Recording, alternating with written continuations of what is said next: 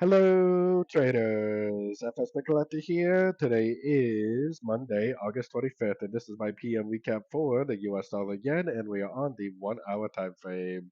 So this morning I was talking about how this move up could end up being a pullback to this move down. Now we did, make a little bit of a bounce at a fib level, but it was never really like that big engulfing turn that we were looking for. We're sitting at the 50% now, and we still don't have that double top engulfing down that we're looking for a possible end of a Crescent. So it kind of depends on what kind of trader you are. If you're trading below the 1 hour, I definitely would still be recommending longs until we either get like a double top like a structure at a fib level or a nice big engulfing move down at a fib level with a 1, 2, 3 way pullback.